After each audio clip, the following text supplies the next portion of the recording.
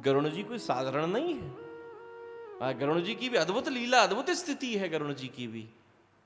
महाराज उनका जैसा भी मातृ प्रेम भला किसका होगा। अपनी मां के दासत्व को खत्म करने के लिए वो देवताओं से भी लड़ बैठे अमृत को लेने के लिए। उनकी मैया और उनकी सौतेली मां में आपस में शर्त लगी थी और उनकी मां उस शर्त हार गई और उन्हें दासी बनना पड़ा। गरुण जी पहुंचे अपनी सौतेली मां कद्रू के पास और उनसे पूछा है कि मेरी मां आपके इस दासत्व के वचन से कैसे मुक्त हो सकती है।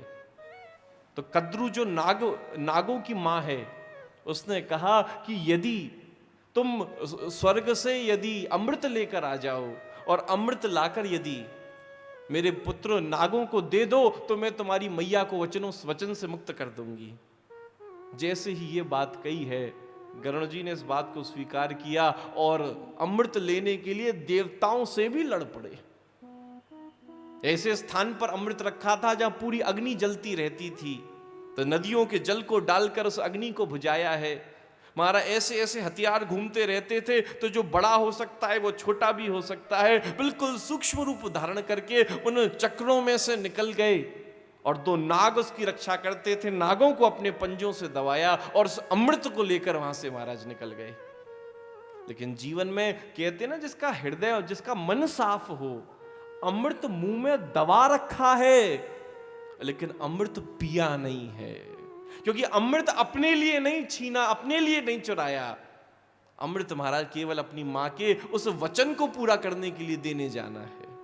जब भगवान ने यह देखा कि जिसके हाथ में स्वयं अमृत आ गया हो और वो खुद अमृत ना पिए, इससे बड़ी बात क्या हो सकती है। भगवान तो बलिहारी हो गए ऐसे मात्र भक्त को देखकर, जिसने अपने प्राणों की भी परवाह नहीं करी और जिसके मन में इतना भी जरा सा भी लोभ नहीं कि अमृत आकर भी वो अमृत को पी नहीं रहा है। देखते देखते भगवान नारायण प्रकट हो गए और आशीर्वाद दिया, जा मैं बिना अमृत के ही तुझे अमर बनाता।